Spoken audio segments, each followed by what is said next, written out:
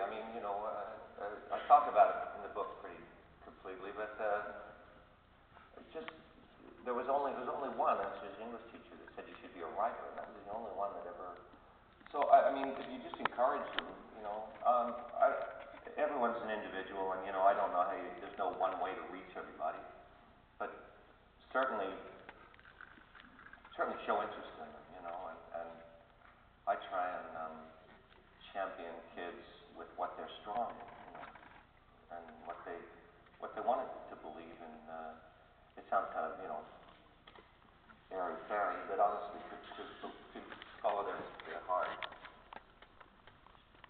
Only we'll have a y'all start over here. Don't hit them with a rule, because I can have First, thank you for all of your music and the entertainment, and that it's amazing to me that it was actually real, because I remember watching you as a cartoon character on Mission Magic. When Justice Girl came out, I was like, wow, it's real.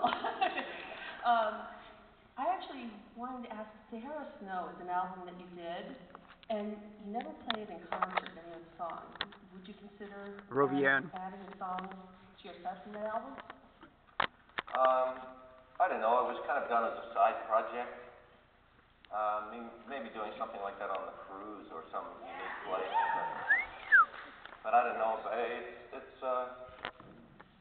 don't know. I think most people who hadn't heard it would kind of sit there and go, huh? But I do like the album. I just think to me, it's pretty different stuff. It's pretty different sounding stuff. Yeah, I really liked it. That's why. Okay. Thank you. Hello, I love the book. Did you ever think that it might have been easier to get your career started if your family had stayed in London a few more years until you were maybe 16 or 17? I think my path is my path, regardless. I don't know if I might. I don't know. That's a really interesting question. It's kind of like an alternate universe question. I don't. Because you wrote about everyone going to Europe to get famous.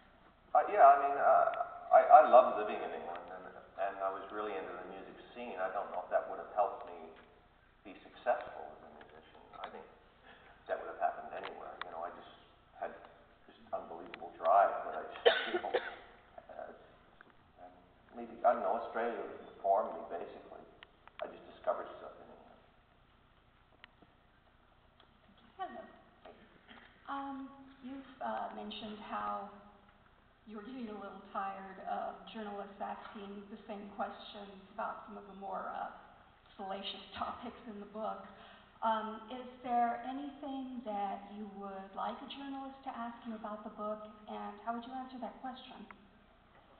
Wow. These are very encompassing questions. I'd like them to ask me how amazing my wife is, and I'd tell them pretty fucking amazing. Yeah.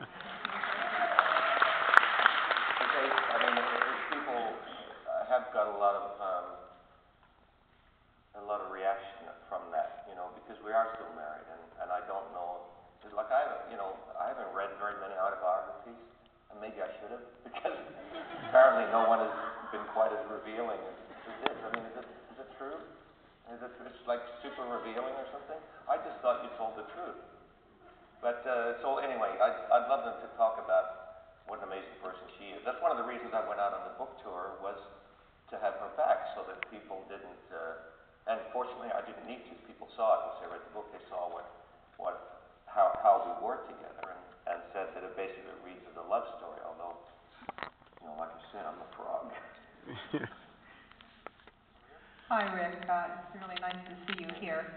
I want to ask you about your style of writing. There's a lot of humor in the way that you phrase things throughout the whole book, and it was very delightful to read that in the middle of some really tense things. And your phrasing is a little different. You referred to that earlier, that somebody said they had to read it 3 times to figure out what you were saying, and it was clever.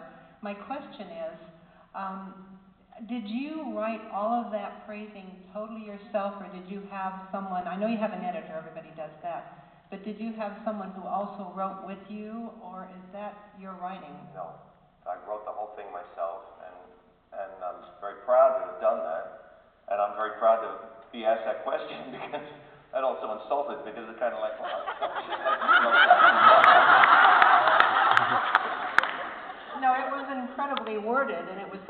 You're a for guy writer that- of music. I appreciate that, and don't forget I'm the guy that taught you guys what moot means. Yeah. And I got kicked out of high school early, but I was an insatiable, and have always been an insatiable reader, and that's where I learned to write, by reading Robert Heinlein and Arthur C. Clarke at 15, and August Derleth and Robert Bloch and all these amazing writers, and I had pictured Dorian Gray by my bedside for months, and Dracula. I kept rereading it because it was such an amazing book. And I just love to read, and that's where I learned to write. That's how you have that clever phrasing. Thank you. Keep it up. All right. That was so insightful. I feel like I have a sappy question now. How did it happen that you came to work with Sammy Hagar, and is there anyone you would like to work with that you haven't?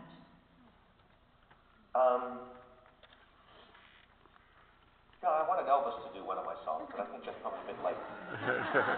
There was actually a song that I wanted my manager to send me called Mother Can You Carry Me, that I thought he would have been great on. It was off my first album, and he was still alive, and I was being managed by the guy who directed the Elvis special, the comeback special, Steve Bender.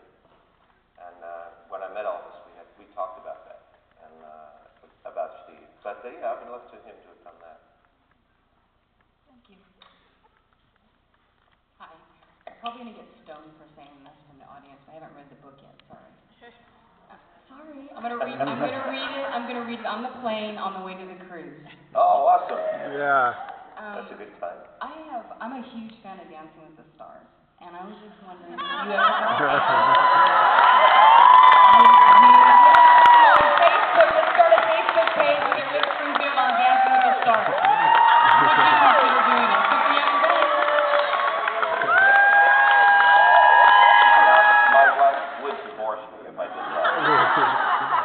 No, I know, truly. I mean, it ain't gonna happen. I'd play on it.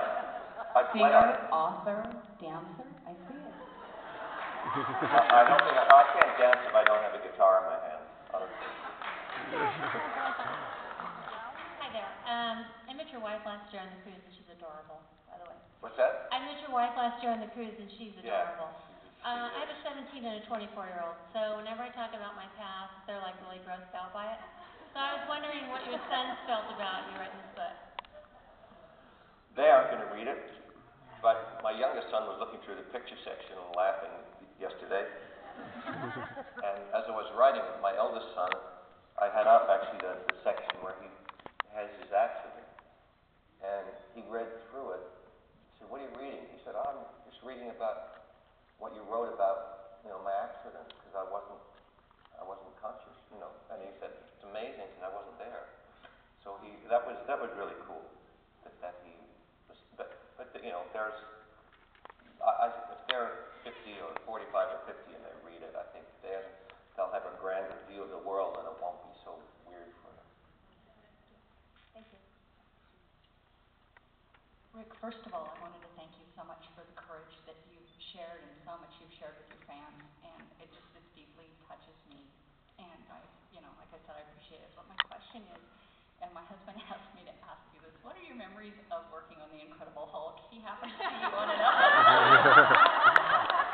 Yeah. I remember Lou Ferrigno sitting there in the green paint, hour after hour, and going, "How the hell does he do it?"